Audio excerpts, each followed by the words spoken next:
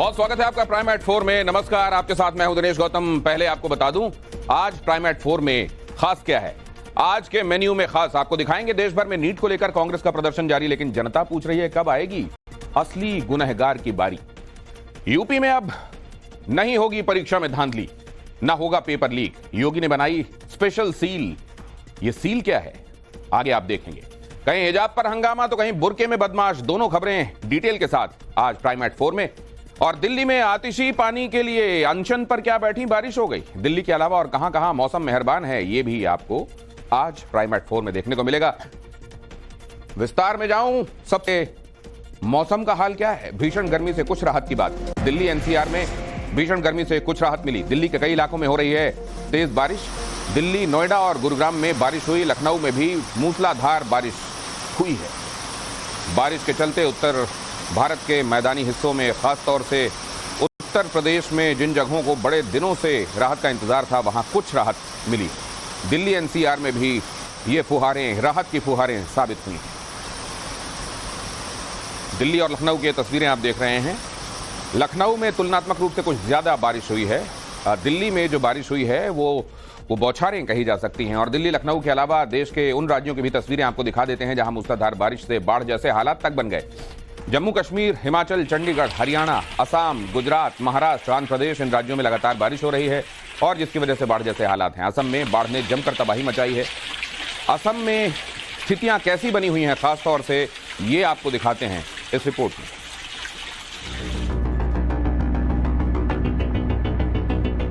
पूर्वोत्तर के राज्यों में लगातार हो रही बारिश कहर बरपा रही है। बाढ़ और लैंडस्लाइड से सामान्य जनजीवन बुरी तरह प्रभावित हुआ है।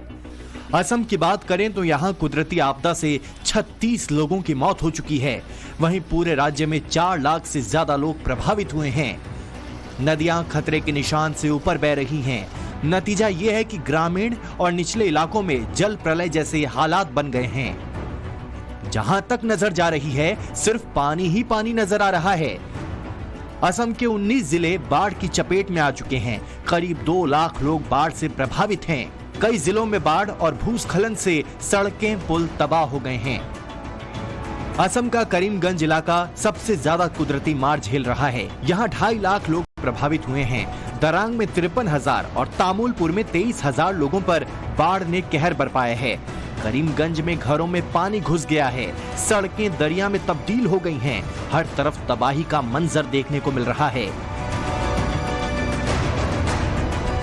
करीमगंज जिले के बदूरपुर इलाके में भूस्खलन के चलते एक ही परिवार के 5 लोगों की मौत हो गई, जिनमें 3 नाबालिग थे।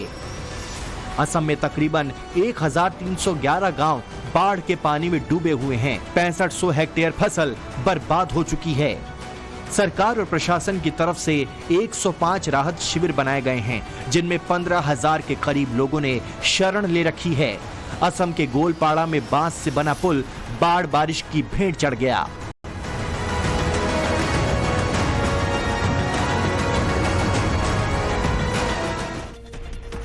और अब बात नीट पर मचे सियासी महाभारत की। नीट को लेकर देश भर में कांग्रेस का प्रदर्शन हो रहा है। दिल्ली से लेकर पटना तक सड़क पर कांग्रेस है। यूपी, राजस्थान, जम्मू में भी कांग्रेस का प्रदर्शन। नीट एग्जाम रद्द करने की मांग कर रही है कांग्रेस। नीट धांधली के खिलाफ सड़क पर उतरे कार्यकर्ता। नीट धांधली के खिलाफ आप देख रहे हैं ये कांग्रेस का प्रदर्शन। उत्तर प्रदेश, पंजाब, राजस्थान, तेलंगाना, जम्मू कश्मीर और बिहार से आई हुई ये तस्वीरें।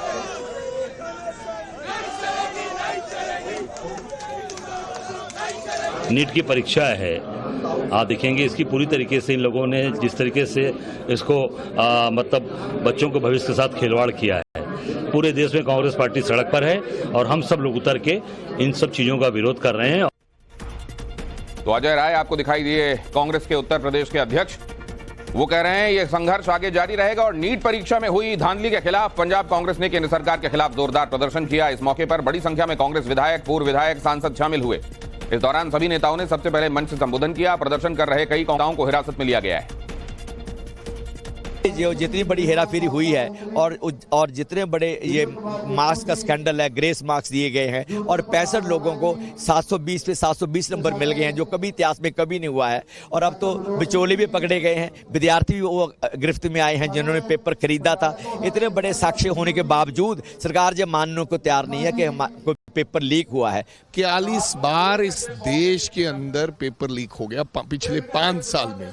हम पेपर लीक तो बंद नहीं कर सके, हम यूक्रेन की लड़ाई की बात करते हैं।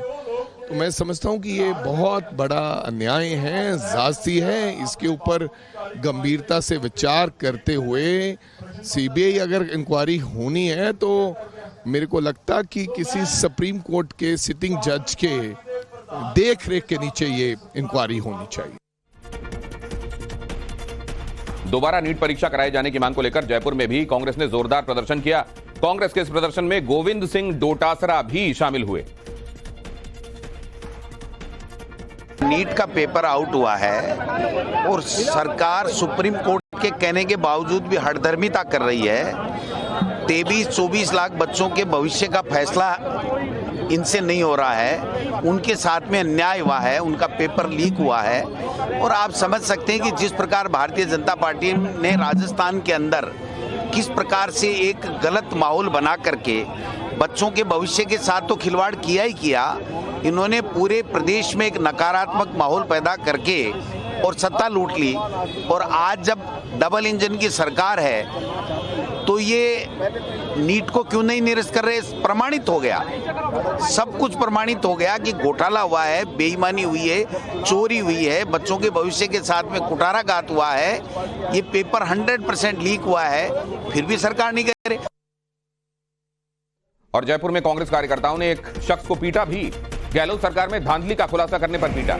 शख्स ने गहलोत सरकार पर गंभीर आरोप लगाए थे और इस बात को लेकर वहां मौजूद लोग बिफर गए और उन्होंने इस शख्स को धुन दिया। नीट धांधली के खिलाफ जयपुर में प्रदर्शन कर रहे कांग्रेस कार्यकर्ताओं ने एक शख्स को जमकर पीटा।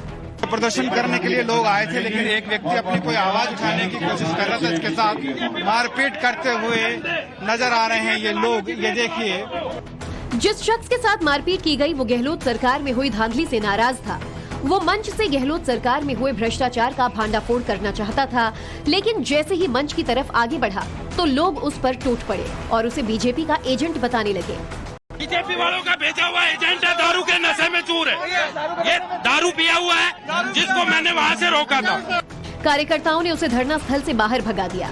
धरना स्थल पर मौजूद हमारी टीम ने जब उससे मारपीट की वजह पूछी तो उसने क्या कहा, सुनिए। वर्तमान में जो प्रदेश अध्यक्ष बैठे हैं श्रीमान गोविंद सिंह जी डोटासरा, जो अपने बेटों को रातों रात पेपर घोटाला करके आरएस बना दिया। क्या 8 फेल 5 फेल बेटे आरएस बनेंगे? कभी बनेंगे क्या कभी? जिनके पास अनाप शनाप काला धन है। कांग्रेस देश भर में आज नीट में हुई धांधली को लेकर प्रदर्शन कर रही है, लेकिन जब उन्हीं की सरकारों में धांधली होती थी, लोग आवाज उठाते थे तो उनके साथ मारपीट की जाती थी। नीट में धांधली के आरोपों के बीच तेजस्वी यादव का एक बयान आया। पेपर रद्द हो, दोषियों पर कार्रवाई हो, तेजस्वी यादव ने कहा। जब बीजेपी की सरकार आती है तो पेपर लीक होता है, तेजस्वी ने कहा। कल बिहार के डिप्टी सीएम विजय सिन्हा ने पेपर लीक के लिए तेजस्वी यादव को आखिरकार जिम्मेदार बताया था कि 1 मई को तेजस्वी यादव के आप सचिव प्रीतम कुमार के मोबाइल नंबर 7488061813 से रात्रि 9:07 में पथ निर्माण विभाग में कार्यरत प्रदीप कुमार के मोबाइल नंबर 9430469924 पर NHI गेस्ट हाउस में सिकंदर कुमार जादवेंदु के लिए कमरे की बुकिंग कराने के लिए फोन आया था। हम ही कहते हैं मुख्यमंत्री जी को बुला ले मेरे साइड को, अरे चाहे PA हो PS हो कोई हो, बुला करके पूछताछ कर ले कोई अगर बात है तो। लेकिन जो उप मुख्यमंत्री लोग जो सवाल उठा रहे हैं, EOU तो आज तक कहा नहीं है इस बात को लेकर के, इनको तो रिपोर्ट करता है नहीं। ये तो बिना ज्ञान है, इन लोगों को ज्ञान नहीं है। जब मई में जब अरेस्टिंग हुआ था तब से हम लोग आवाज उठा रहे हैं भाई कि कार्रवाई करनी चाहिए। जिस इंजीनियर की बात कर रहे हैं 21 में यही लोग अर्बन डेवलपमेंट में लाए थे जल संसाधन से। थोड़ा ज्ञान प्राप्त कर लेना चाहिए इन लोगों को। ये लोग जो किंगपिंग जो है पेपर लीक के, उन लोगों से इशू को डाइवर्ट करना चाहते हैं। जिस प्रीतम का नाम बिहार के डिप्टी सीएम ने लिया है, उस प्रीतम का नाम क्यों लिया गया है यह जानना चाहिए आपको। प्रीतम कुमार तेजस्वी यादव के पीएस रहे हैं। प्रीतम को अगस्त 2022 में तेजस्वी का पीएस बनाया गया। डिप्टी कलेक्टर रैंक के वो अधिकारी हैं। प्रीतम बिहार के मुंगेर के रहने वाले हैं और आरोपी सिकंदर प्रीतम का रिलेटिव बताया जा रहा है। एक तरफ नीट में धांधली को लेकर हंगामा मचा हुआ है तो दूसरी तरफ यूपी में बाबा ने परीक्षा माफियाओं के खिलाफ चक्रव्यूह तैयार कर लिया है। अब इसे भेदना मुश्किल है। यूपी में परीक्षा माफियाओं के खिलाफ योगी का एक्शन। परीक्षा में धांधली खत्म करने के लिए नए नियम जारी किए गए हैं। प्रिंटिंग प्रेस चयन में पूरी तरह से गोपनीयता बरती जाएगी। प्रिंटिंग प्रेस में मोबाइल ले जाने पर प्रतिबंध होगा। परीक्षार्थियों का आधार के बायोमेट्रिक से मिलान किया जाएगा।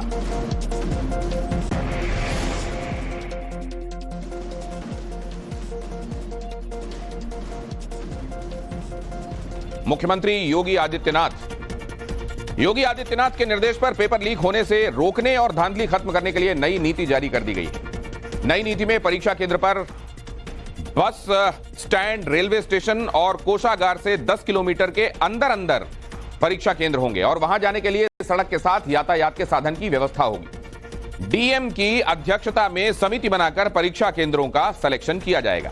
पहली श्रेणी में राजकीय इंटर कॉलेज, राजकीय डिग्री कॉलेज, केंद्र के विश्वविद्यालय, पॉलिटेक्निक, इंजीनियरिंग और मेडिकल कॉलेजेस को रखा गया है। ब्लैक लिस्टेड स्कूल्स और कॉलेजेस में एग्जाम सेंटर्स नहीं बनाए जाएंगे। प्रिंटिंग प्रेस चयन में पूरी तरह से गोपनीयता बरती जाएगी। प्रेस में आने जाने वालों की जांच होगी। सभी के पास आईडी कार्ड होना अनिवार्य होगा। प्रेस में स्मार्टफोन और कैमरा ले जाने पर पूरी तरह से प्रतिबंध होगा। प्रेस के चारों ओर सीसीटीवी कैमरे लगाए जाएंगे। उसकी रिकॉर्डिंग 1 साल तक सुरक्षित रखी जाएगी। परीक्षाओं के दौरान स्कैन्ड सिग्नेचर हुए फोटो का मिलान परीक्षा केंद्र पर किया जाएगा। परीक्षार्थियों का परीक्षा केंद्र पर ही आधार कार्ड और बायोमेट्रिक से मिलान किया जाएगा। आर्टिफिशियल इंटेलिजेंस का भी किसी भी तरीके के पेपर लीक को रोकने के लिए इस्तेमाल किया जाएगा। एआई की मदद ली जाएगी। हर परीक्षा के लिए 2 या इससे अधिक सेट्स में क्वेश्चन पेपर्स तैयार किए जाएंगे। प्रत्येक सेट का पेपर अलग अलग एजेंसियों के माध्यम से तैयार कराते हुए अलग अलग तरीके से छापा भी जाएगा। परीक्षा में 5 घंटे पहले यह तय किया जाएगा कि किस सेट का पेपर परीक्षा में इस्तेमाल किया जाना है। सीसीटीवी से भी परीक्षा केंद्रों पर लगातार निगाह बनाए रखी जाएगी। यूपी पुलिस सिपाही भर्ती परीक्षा में चार्जशीट दाखिल हो गई।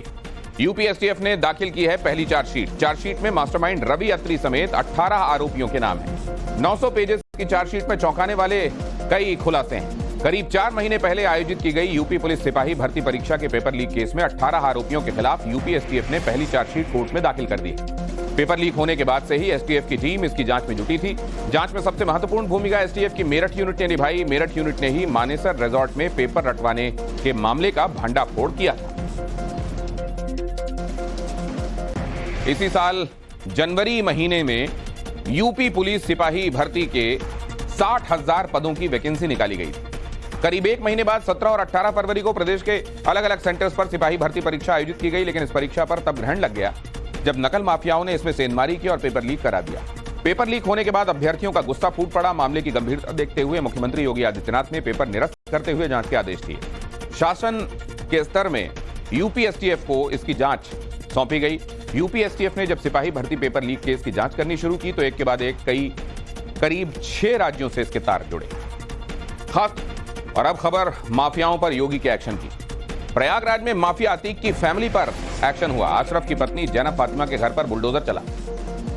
सल्लापुर इलाके में अवैध मकान को जमींदोज किया गया। जैनब फातिमा माफिया अतीक अहमद के भाई अशरफ की पत्नी है। अतीक और अशरफ की मौत के बाद से ही जैनब फरार है। जैनब ने यह मकान वक्फ बोर्ड की संपत्ति पर कब्जा करके बनाया था। उमेश पाल हत्याकांड में जैनब फातिमा आरोपी है। पुलिस ने जैनब पर करीब 25,000 का इनाम तक घोषित किया है।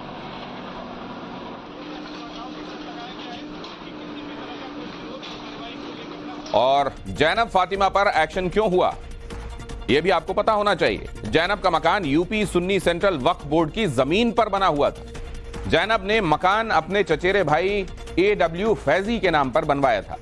जैनब का चचेरा भाई फैजी भारत में नहीं बल्कि सऊदी अरब में रहता है। 1200 स्क्वायर फीट में बने मकान की कीमत 5 करोड़ रुपए है। सुन्नी सेंट्रल वक्फ बोर्ड ने जैनब पर FIR भी दर्ज कराई थी। बोर्ड की 50 करोड़ की जमीन हथियाने का आरोप लगाया गया था। योगी ने यूपी में माफियाओं को मिट्टी में मिलाने की कसम खाई है। अब तक अतीक गैंग की 1800 करोड़ की संपत्ति कुर्क की जा चुकी है। अशरफ की पत्नी जैनब का घर 5 करोड़ में बना था, जिस पर बुलडोजर चलाकर उसे जमींदोज कर दिया गया। उमेश पाल की हत्या के बाद से ही अशरफ की पत्नी जैनब फरार है। जैनब के भाई के मकान पर भी बुलडोजर चला है। कुल मिलाकर अतीक गैंग के अब तक 13 मकानों पर बुलडोजर चल चुका है। दिल्ली के जल मंत्री आतिशी का अनिश्चितकालीन अनशन शुरू हो गया। दिल्ली में पानी की मांग को लेकर आतिशी का अनशन शुरू है। हरियाणा से 100 मिलियन गैलन पानी छोड़ने की मांग आतिशी ने की है। आतिशी के साथ सुनीता केजरीवाल भी मौजूद थी। अनशन शुरू करने से पहले दिल्ली की जल मंत्री आतिशी, सुनीता केजरीवाल, संजय सिंह राजघाट पहुंचे। आतिशी ने 19 जून को प्रधानमंत्री को चिट्ठी लिखकर यह कहा था कि अगर दिल्ली को उसके हक का पानी नहीं मिला तो 21 जून से वो अनिश्चितकालीन अनशन पर बैठेंगी। पानी की कालाबाजारी, पानी की चोरी आम आदमी पार्टी के विधायक और उनके मंत्री करते हैं। ये उसको रोकने की बजाय सिर्फ सुर्खियों में बना रहना चाहते हैं। कल हरियाणा सरकार के मुख्यमंत्री, उनके जल मंत्री ने आज सुबह भी पूरा स्पष्ट कर दिया कि दिल्ली को हरियाणा जितना पानी देना चाहिए उससे अधिक दे रहा है। उस पर आतिशी का कोई जवाब नहीं आता। अरविंद केजरीवाल की रिहाई फिलहाल टल गई है। दिल्ली हाईकोर्ट में ईडी की याचिका पर सुनवाई जारी है। ईडी ने हाईकोर्ट से जमानत पर रोक लगाने की मांग की। ट्रायल कोर्ट के आदेश के खिलाफ ईडी ने किया दिल्ली हाईकोर्ट का रुख। हाईकोर्ट ने कहा ईडी की याचिका पर सुनवाई होने तक ट्रायल कोर्ट के आदेश को प्रभावी नहीं माना जाएगा, यानी हाईकोर्ट का जब तक फैसला नहीं आ जाता तब तक केजरीवाल जेल में ही रहेंगे।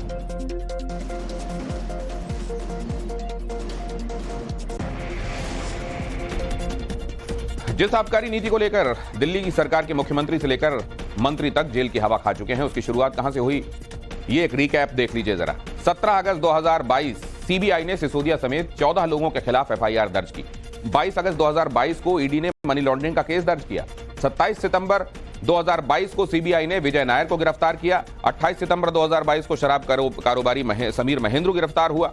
16 अक्टूबर 2022 को सिसोदिया से सीबीआई की 9 घंटे की पूछताछ हुई। 19 नवंबर 2022 को सिसोदिया के करीबी अमित अरोड़ा गिरफ्तार हुए। 26 फरवरी 2023 को मनीष सिसोदिया गिरफ्तार हुए। 4 अक्टूबर 2023 को संजय सिंह गिरफ्तार हुए। 15 मार्च 2024 को के कविता। 21 मार्च 2024 को अरविंद केजरीवाल गिरफ्तार हुए। 10 मई 2024 को चुनाव प्रचार के लिए केजरीवाल को जमानत मिली थी और 2 जून 2024 को केजरीवाल का तिहाड़ में सरेंडर हुआ।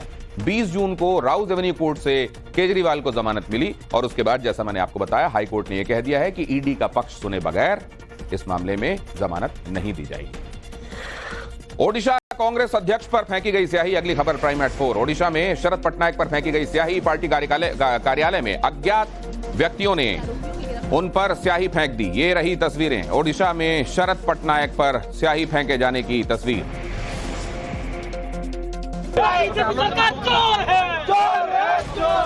सफेद कुर्ते में नीली स्याही के साथ नजर आ रहे ओडिशा कांग्रेस अध्यक्ष शरद पटनायक हैं। शरद पटनायक पार्टी कार्यालय में बैठे हुए थे, तभी कुछ लोग पीछे से आए और उन पर स्याही डाल दी और मौके से फरार हो गए। घटना के बाद मौके पर पहुंचे कार्यकर्ताओं ने नारेबाजी कर स्याही फेंकने वाले आरोपियों की गिरफ्तारी की मांग की। ओडिशा में कांग्रेस की हुई करारी हार के बाद पार्टी समर्थक शरद पटनायक नाखुश हैं। कयास लगाए जा रहे हैं कि इसी वजह से लोगों ने ऐसी घटना को अंजाम दिया। स्याही फेंकने वाले लोग कौन हैं? उनकी मंशा क्या थी? वाकई वो कांग्रेस के समर्थक थे या फिर कोई और? पुलिस इस पूरे एंगल से जांच कर रही है। दोषियों की पहचान की जा रही है। लेकिन ये घटना चुनाव परिणामों के बाद पार्टी सदस्यों और समर्थकों में बढ़ती निराशा को दर्शाती है। हिजाब पर बैन का मुद्दा गर्मा गया है। मुंबई के 2 कॉलेजेस ने जो ड्रेस कोड जारी किया है उसमें हिजाब, नकाब, बुर्का पर बैन लगा दिया गया है। बैन के खिलाफ बॉम्बे हाई कोर्ट पहुंच गई हैं छात्राएं। कॉलेज के फैसले को वापस लेने की मांग के साथ बॉम्बे हाई कोर्ट पहुंच गई हैं।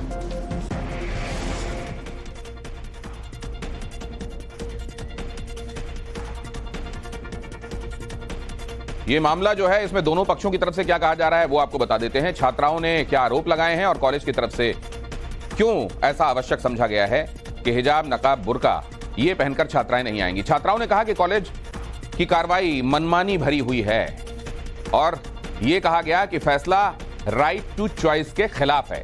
हिजाब इस्लाम का अहम हिस्सा है, मुस्लिम समुदाय को निशाना बनाया जा रहा है, कहा गया। कॉलेज ने क्या दलील दी है? ड्रेस कोड के लिए फैसला लिया है हमने, सभी धर्मों के लिए यह फैसला लागू किया है। ड्रेस कोड हर धर्म जाति के छात्रों के लिए बनाया गया है।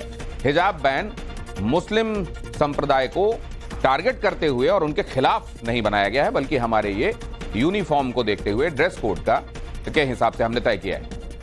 हमारे संवाददाता राकेश त्रिवेदी ने इन कॉलेजेस की मुस्लिम छात्राओं से बात की और कॉलेज के फैसले पर उनकी नाराजगी को जानने की कोशिश की। उन्होंने क्या कहा वो देखिए। मैडम, मैं जानना चाह रहा हूँ कि कॉलेज जो ये फैसला ले रहा है हिजाब को बैन करना चाहिए, आपको क्या लगता है ये फैसला सही है गलत है? गलत है। गलत है। क्यों गलत लगता है, आप ये भी बताइए। हमारी चॉइस है ना, हमको जो चाहे हम पहनना चाहे वो पहन सकते हैं। और आप क्या कहेंगे? एक्चुअली आप कुछ भी पहन के लाओ जिसमें आप कंफर्टेबल हो, तो हम इसमें कंफर्टेबल है तो इससे कोई मुद्दा ही नहीं बनता। कंफर्टेबल हो, आप हो रहे हो तो आप पहन के आओ। लेकिन कॉलेज कहता है कि एक कॉमन ड्रेस कोड होना चाहिए, सभी के लिए कॉमन ड्रेस कोड होना चाहिए। आप क्लासरूम तक आप हिजाब पहन के जा सकते हैं, लेकिन क्लासरूम में आपको हिजाब और नकाब नहीं पहनना चाहिए। ये जो था हम लोग को FY से बता सकते थे पहले से, अभी हम लोग TY के स्टूडेंट्स हैं तो हम लोग को अब क्यों ये डिसीजन बता रहे? पहले से हम लोग को बताना चाहिए था जब हमने एडमिशन लिया था, तो ये नहीं बताए थे। अंतर्राष्ट्रीय योग दिवस मनाया गया। प्रधानमंत्री नरेंद्र मोदी ने श्रीनगर में योग किया। पहले यह कार्यक्रम डल झील के किनारे 6:30 बजे होना था, लेकिन बारिश की वजह से इसे हॉल के भीतर शिफ्ट किया गया। सुबह करीब 8 बजे शुरू हो पाया। हॉल में करीब 50 लोग और हॉल के बाहर करीब 7,000 लोगों ने पीएम मोदी के साथ योगासन किया। 2014 में संयुक्त राष्ट्र ने 21 जून को अंतर्राष्ट्रीय योग दिवस के तौर पर मान्यता दी थी और तब से इसे अलग अलग थीम पर मनाया जा रहा है और इस बार की theme yoga for self and society रही। इंटरनेशनल योगा डे 10 वर्ष की ऐतिहासिक यात्रा पूरी कर चुका है। 2014 में मैंने यूनाइटेड नेशंस में इंटरनेशनल योगा डे का प्रस्ताव रखा था। भारत के इस प्रस्ताव का 177 देशों ने 177 समर्थन किया था और ये अपने आप में एक रिकॉर्ड था।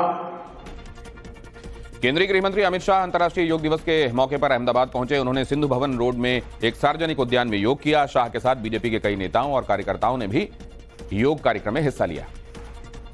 मोदी जी के इस प्रयास से पूरे विश्व की मानवता के लिए इसको एक बड़ा प्लेटफॉर्म मिला है और समग्र विश्व योग को स्वीकारता है, योग को सीखता भी है, सिखाता भी है। और न केवल भारत, समग्र विश्व में कई लोगों ने इसको मन से स्वीकार कर आगे बढ़ाने का काम किया है। अंतर्राष्ट्रीय योग दिवस के मौके पर देश के अलग अलग राज्यों में योग शिविर का आयोजन हुआ। केंद्रीय मंत्रियों के साथ साथ कई राज्यों के मुख्यमंत्रियों ने भी योग के आसन लगाए। मथुरा में राजनाथ सिंह, दिल्ली में जेपी नड्डा, अश्विनी वैष्णव, एस जयशंकर, दिल्ली में यूएन के दफ्तर में राजनयिकों के साथ योग करते एस जयशंकर भी आपको यहां दिखाई दे रहे हैं। यहां पर स्टॉलवर्ट मंत्री अलग अलग जगहों पर योग करते हुए और यहां इन कम्युनिटीज के साथ योग करके सोसाइटी को और विश्व भर में ये संदेश देने का प्रयास कि योग सबके लिए है, सबको निरोग रखने के लिए है। श्रीमान नरेंद्र मोदी जी को मैं हृदय से धन्यवाद देता हूं, जो योग को उन्हें संपूर्ण विश्व में पहुंचाया। आज अंतर्राष्ट्रीय योग दिवस पर सभी भाई और बहनों को हार्दिक शुभकामनाएं और आग्रह केवल इतना कि केवल योग दिवस के दिन योग ना करें, योग को अपने जीवन का अभिन्न अंग बनाएं, रोज योग करें। योग एक बहुत महत्वपूर्ण अंग है। ये भारत की प्राचीनता, भारत की विशेषता को रेखांकित करती है और योग को अंतर्राष्ट्रीय जगत पर एक नया उल्लेखनीय स्थान देना ये प्रधानमंत्री जी का संकल्प रहा है पिछले 10 सालों में। और हर वर्ष आज योग दिवस देश में नहीं लेकिन अंतर्राष्ट्रीय जगत में मनाया जाता है। देश के यशस्वी प्रधानमंत्री श्री नरेंद्र मोदी जी ने जिनके प्रयास से, जिनके विजन का परिणाम है कि आज दुनिया के लगभग 250 देश अंतर्राष्ट्रीय योग दिवस के साथ जुड़ करके भारत की इस विरासत के साथ अपने आप को जोड़ करके भारत की संस्कृति को, भारत की परंपरा को गौरवान्वित करने का प्रयास करेंगे।